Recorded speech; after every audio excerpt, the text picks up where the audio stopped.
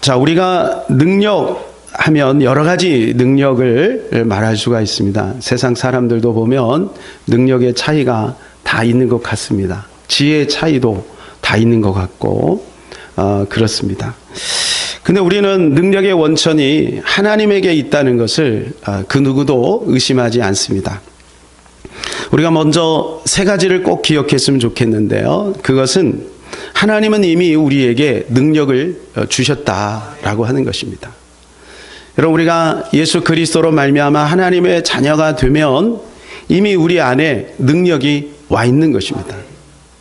근데 그 능력을 우리가 사용하는 방법은 우리가 익혀나가야 되는 것이죠. 두 번째로는 뭐냐면 능력에는 왕도가 없다는 것입니다. 이 말은 무슨 말이냐면 그때그때 주님을 의지해야 된다는 거예요. 어제의 능력이 그냥 당연하게 오늘 유지되는 것이 아니라는 것입니다. 날마다 하나님을 의지하고 겸손히 무릎 꿇어야만 그 능력이 우리 가운데 드러나고 또 지속이 된다라고 하는 것이죠. 그리고 세 번째는 능력은 믿음을 통해서 드러난다는 것입니다. 이게 믿음의 그 통로가 열려 있어야 된다는 것이죠. 제가 늘 말씀드리지만 이것만큼 가장 좋은 비유는 없는 것 같아요. 비는 똑같이 내리지만 우산을 쓰면 그 사람은 비를 안 맞아요. 그렇죠? 그러니까 우리가 열어놔야 된다는 거예요. 이게 바로 믿음이라고 하는 것입니다. 그래서 마가복음 9장 29절에 보면 이르시되 기도 외에 다른 것으로는 이런 종류가 나갈 수 없느니라. 기도 외에 다른 것으로는 하나님의 능력이 우리 가운데 나타나지 않는다라고 하는 겁니다. 우리가 하나님의 자녀의 신분을 가지고 있지만 기도해야 그 능력이 우리 가운데 나타난다는 거예요. 그럼 마가복음 9장 23절 할 수 있거든이 무슨 말이냐? 믿는 자에게는 능치 못할 일이 없느니라. 그러니까 믿는 자를 통해서 일하신다는 거죠. 오늘도 사랑하는 여러분, 하나님의 말씀을 믿으시기를 바랍니다. 지금 여러 힘들고 어려운 시간들을 보내시는 분들이 있다면 여러분 그 말씀을 굳게 붙들고 믿으시기를 바랍니다. 마귀는 우리 마음에 자꾸 의심을 가져다 주죠. 낙심을 가져다 주죠. 그러나 사람이 떡으로만 사는 것이 아닌 거예요. 떡으로 사는 사람은 창고에 곡식이 가득 차 있고 옛날 겨울에는 창고에 연탄이 가득 차 있으면 그냥 뭐 등 따시고 배부르니까 그러니까 이제 잠을 자는 거지. 그게 없으면 어때요? 막 계속 근심이 되는. 우리 자식은 어떻게 하나. 그러나 하나님의 사람은 말씀으로 사는 겁니다. 그런 것이 좀 부족하고 그래도 우리는 말씀을 붙들고 사는 것입니다. 그것이 하나님의 사람의 모습이죠. 그 하나님의 능력은 어디서 나타나냐 하면 현장에서 나타나는 것입니다. 그리고 사랑이 기반되었을 때 나타나는 것입니다. 그래서 사도행전 3장에 보게 되면 베드로와 요한이 안진뱅이를 익힐 때 여러분 그 모습을 한번 묵상해 보세요. 그 안진뱅이를 보면서 얼마나 불쌍한 마음을 가졌겠어요. 금과 은은 내게 없다. 그는 금과 은을 원하지만 내게 있는 나사렛 예수 그리스도 이름으로 걸어라. 아멘. 현장에서 일어난 거예요. 여러분 우리가 안진뱅이를 만나러 가고 태신자들을 만나러 가고 그죠? 주님의 일을 하려고 할 때 하나님이 거기서 능력을 주시는 거예요. 그래서 마가복음 16장 20절에 제자들이 나가 두루 전파할세 주께서 함께 역사하사 그 따르는 표적으로 주의 말씀을 확실히 증언하시니라. 그래서 두루 나가서 전파할 때 능력이 나타나는, 표적이 나타나는, 기사가 나타나는 거죠.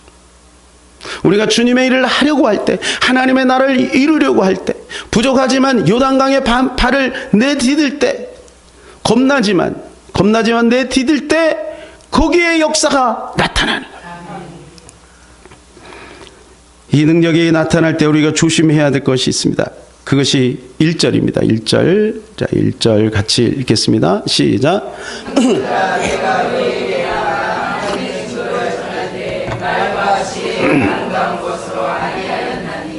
사도 바울이 경험을 한 거예요. 말과 지혜의 아름다운 곳으로 안 된다는 것은. 사도행전 17장에서 경험했어요. 아데네 가서. 아데네 갔는데 여러분 거기 아테네잖아요. 그죠? 아테네. 거기에 아리스토텔레스, 플라톤 이런 철학자들이 다 거기 출생이잖아요. 그러니까 거기는 철학의 도시예요. 너무 사람들이 대단한 거예요. 그래서 사도 바울도 뭐 빠질 수 없잖아요. 가말리엘 문화생이고 뭐 얼마나 지식이 많아요. 그죠? 그러니까 강대강으로 한 거예요. 강대강. 자기 가지고 있는 지식을 가지고 나름대로 철학적인 그런 방법을 가지고 예수를 증거한 거죠. 근데 안 되는 거죠. 이게 인간적인 방법을 쓰면 안 되는 거예요. 말과 지혜의 아름다운 것으로 하지 아니하고. 그러니까 하나님의 나라는 하늘에서 오는 거거든요. 예수께로부터 오는 거거든요. 성령으로 오는 거거든요. 그러니까 굉장히 세련되게 설교를 하지만 별로 은혜가 안 되는 설교가 있고, 굉장히 투박한데도 불구하고 D.L. 무디처럼 신학생이 저 때잖아요. 철자가 몇 번 틀리는지. 그래 내려와가지고 목사님 오늘 철자가 몇 번 틀렸습니다. 그런데 사람들이 뒤집어지는 거죠. 말과 지혜의 아름다운 것으로는 안 되는 거예요. 하나님이 그렇게 하신 거예요. 하나님이 그렇게. 왜요? 약한 자를 들어 강한 자를 부끄럽게 하려고 하는 것이 하나님의 방법이에요. 그래서 그 능력은 오직 나에게 있고 너희는 자랑하지 말라. 그죠? 제가 옛날에 막 그랬어요. 고3 때 막 은혜가 충만하니까 막 친구들에게 막 그냥 쥐꼬리 많은 지식 가지고 이기려고, 이겨 먹으려고. 굉장히 그런 실수를 참 많이 했던 그런 경험이 있습니다. 여러분, 사도 바울은요, 항상 하나님 앞에 두렵고 떨림이 있었어요. 3절 읽어볼까요? 3절 시작. 내가 너희 가운데 거할 때 약하고 두려워하고 심히 떨었노라. 왜 이렇게 심히 떨었을까요? 혹시라도 자기 자신이 드러날까 봐. 혹시라도 말과 지혜 아름다운 것으로 가지고 할까 봐. 그러면 늘 두렵고 떨리는 마음을 가지고, 겸손한 마음을 가지고 그렇게 하나님의 능력을 의지하면서 했다는 거예요. 권리포기라고 하는 책이 있습니다. 김원호 장로님인데요. 이 김원호 장로님이 한때는 정말 좋은 직장에서 잘 나갔습니다. 그래가지고 큰 기업에서 이제 외국에 이제 나가셔서 이렇게 지내시다가 갑자기 이제 발령을 이제 귀국 통보서를 받은 거예요. 그래서 딱 왔는데 퇴직 분위기인 거예요. 자기가 명퇴 분위기인 거예요. 너무 기가 막힌 거죠. 자기는 여전히 그냥 잘 나갈 줄 알았는데 갑자기 그런 일이 벌어지니까 자기 자신을 돌아보게 된 거예요. 사람이 이제 그러잖아요. 그런 일이 벌어지면 하나님 앞에 자기를 생각하게 되잖아요. 그러니까 자기가 막 생각이 나더라고요. 교회가 막 이제 교회 건축을 하고 막 그러니까 마음에 장로인데도 불구하고 불평이 막 있는 거예요. 그리고 이제 성전을 이제 건축하려면 그 본당이 없어지잖아요. 그러니까 조그만 데 가서 막 장로 자리도 없어진 거예요. 그러니까 평신도 들고 무릎을 막 대고 막 엉덩이를 맞대고 막 바짝바짝 해가서 예배를 드리는데 막 불편했던 그러한 것들이 생각이 막 나는 거예요. 은근하게 자기 마음에 불만이 있었던 거. 그러니까 자기 안정감은 세상에 있다는 것을 알았어요. 좋은 직장, 그리고 큰 연봉, 여기 있다는 것을 알았어요. 그러니까 그때부터 내려놓기 시작하는 거예요. 하나하나 내려놓으면서 권리를 포기하는 거예요. 장로를 포기하고, 자기가 안정감을 포기하고, 세상을 의지했던, 사람을 의지했던 그 마음들을 내려놓고 포기하고, 그렇게 하면서 주님을 바라봤어요. 그러면 자기 안에서 갈라디아 2장 20절이 회복이 되는 것을 느낀 거예요. 우리 다 경험했지만 가장 큰 기쁨은 뭐예요? 예수님이 내 안에서 왕이 될 때, 성령님이 나를 압도할 때, 그럼에도 불구하고 우리 안에는 평안이 있는 거죠. 기쁨이 있는 거죠. 이것을 장로님이 경험을 하기 시작하는 거예요. 여러분, 어떤 분은 그래서 어떤 중요한 결정을 내리기 전에 교회로 달려가서 30분 동안 방언한다 그러잖아요. 방언이 능력이 있다 이걸 말하는 게 아니고 이걸 하나님께 의지한다는 거예요. 뭐 인간의 계산으로 착착착 하면 나름대로 자기 경험도 있으니까 할 수도 있고, 아니면 이거는 거절해야 되겠다 뭐 이런 판단이 있지 않겠어요? 기본적인. 그런데 모든 것을 주님을 의지하는 거예요. 그렇게 의지했더니 하나님께서 희한하게 역사하시는 거예요. 될 것 같은데 안 되게 만드시고, 안 될 것 같은데 되게 하시고, 그래서 길을 여시는 거예요. 이것이 하나님의 방법이라는 거예요. 그런가 하면 우리가 주의할 것은 피하고 이제는 적극적으로 붙잡아야 되는 것이 있죠. 그것이 2절입니다. 2절 다 같이요. 시작.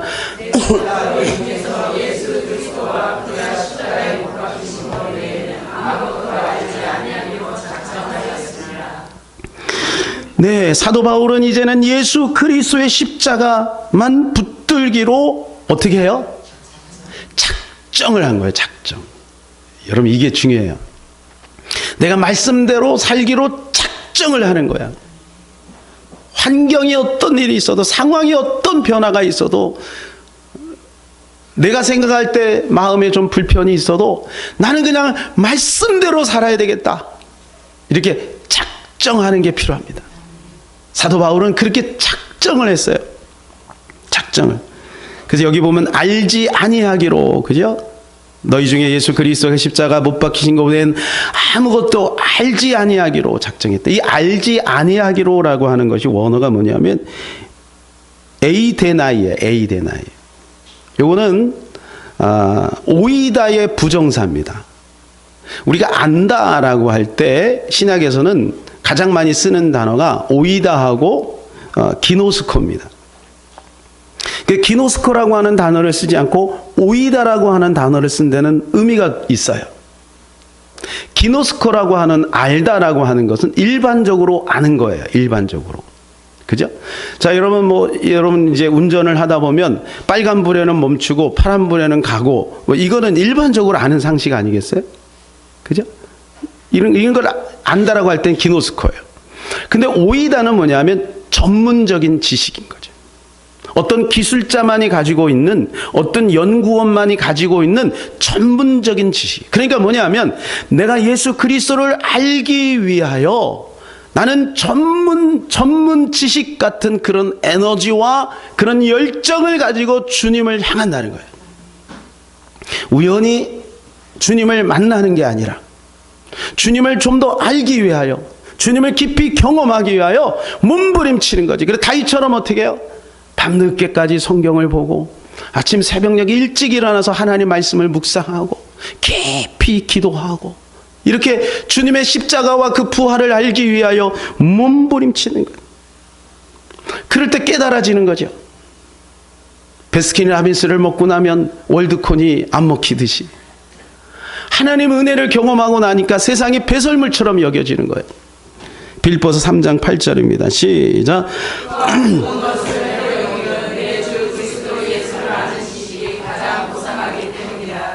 내가 그를 위하여 모든 것을 잃어버리고 배설물로 여기면 그리스도를 얻고. 여러분, 배설물은 똥이잖아요. 똥을 아쉬워하는 사람은 아무도 없습니다. 혹시 여기 화장실 나갔다 오면서도 엄마 너무 아쉬워요, 여보 너무 아쉬워, 이런 분이 있어요? 아무도 없어요. 세상에 자기의 경험들을 배설물로 여겨버립니다. 여러분, 사도 바울은요 최고의 사람이잖아요. 그죠? 제가 뭐 일일이 말씀 안 드려도 다 알죠? 우리로 말하면 하버드를 나온 사람이고, 그리고 출생 자체가 여러분 로마, 태어나면서 로마, 어떤 천부장은 돈 주고 샀다 그러잖아요. 근데 태어나면서 로마인. 그러니까 대단한 사람이죠. 모든 사람이 존경하는 사람이죠. 그런데 그걸 다 내려놓은 거예요. 쉽지는 않죠. 근데 그를 깨닫고 나니까 그렇게 되는 거죠. 세 번째는 이 예수와 십자가를 드러내는 방법을 사도 바울이 알게 되었다는 거예요. 그게 바로 성령이라는 거예요. 성령. 4절 같이 읽읍시다. 내 말과 내 전도함이 설득력 있는 지혜의 말로 아니하고 다만 성령의 나타나심과 능력으로 성령의 나타나심. 성령이 아니고는 예수 그리스도를 증명할 길이 없어요. 그래서 오직 성령이 너에게 임하셔야 너희가 권능이 오고 증인이 된다. 사랑하는 여러분, 그래서 우리는 성령 충만을 받아야 돼요. 목사가 성령 충만해야 됩니다. 부모님이 성령 충만해야 됩니다. 기관장이 성령 충만해야 됩니다. 리더들이 성령 충만해야 됩니다. 자기 힘 가지고는 안 돼요. 연구도 필요합니다. 그죠? 연구도 필요. 하나님이 주신 좋은 경험들도 활용해야 합니다. 의술도 의지해야 합니다. 그러나 여러분, 우리는 하나님의 자녀이기 때문에 골리앗의 방법이 아니라 성령을 의지해야 되는 거예요. 성령을. 그래서 십자가 부활 외에는 아니다. 근데 이 십자가 부활을 내 마음속에 선명하게 해주는 것은 성령인 것을 사도 바울이 아닌 것입니다. 여러분, 그래서 하나님 앞에 크게 쓰임받았던 모든 사람들은 다 이렇게 성령 충만한 사람이들. 오늘도 여러분 성령 충만하시기를 바랍니다. 우리 태신자들을 섬길 때, 그죠? 우리 청년들이 뒤에서 보이지 않게 이런 일 저런 일, 또 우리 찬양단, 그죠? 그리고 이렇게 서빙하고 그럴 때 성령 충만해요. 성령 충만하면 9가지 은사가 나오죠. 사랑, 희락, 화평, 오래 참음, 자비, 양선, 충성, 온유, 절제. 거기에 보면 오늘 우리가 누려야 될 것이 있는데 많은 것이 있지만 희락입니다. 기쁨입니다. 분위기는 굉장히 좋아요. 연주도 좋고, 뭐 말씀도 제가 열심히 잘 준비해요. 영상도 너무 좋고, 너무 좋아요. 근데 옆에 있는 성도를 보니까 서울영광교회 성도 같은데 얼굴이 막 내천자가 그려 있고, 좀 이상해. 여기 뭐 이상하다 이게. 이 서빙하는 우리 청년들 보니까 얼굴이 막 기쁨이 충만한 거야. 와, 여기야 여기. 여러분, 가나안 성도가 200만이잖아요. 여러분, 200만이 지금 가나안 성도예요. 여러분, 절대 그 안에 들어가지 않기를 축원합니다. 여러분, 가나안 성도가 되면 굉장히 위험합니다. 신앙생활 하면서도 참 힘든데 가나안 성도가 되어보세요. 그냥 날개를 다는 거지 뭐. 여러분, 그 성도들이 지금 방황하고 있어요. 교회를 찾고 있어요. 우리가 전도자들이 나가서 보면 옛날에 교회를 다녔다는 사람들이 굉장히 많아요. 서울영광교회 와보니까 다르네. 여기 하나님의 은혜가 있네. 임재가 있네. 기쁨이 있네. 여기에서 내 영혼을 의지해도 되겠다. 이런 마음이 우리 가운데 있기를 바랍니다. 그래서 희락이 넘쳐야 돼, 희락이. 예, 여러분 가운데 정말 성령의 충만한 은혜가 넘쳐서 오늘 만나는 모든 사람들에게 주님의 사랑이 흘러넘치는 복된 시간들이 되시기를 예수님의 이름으로 축복합니다.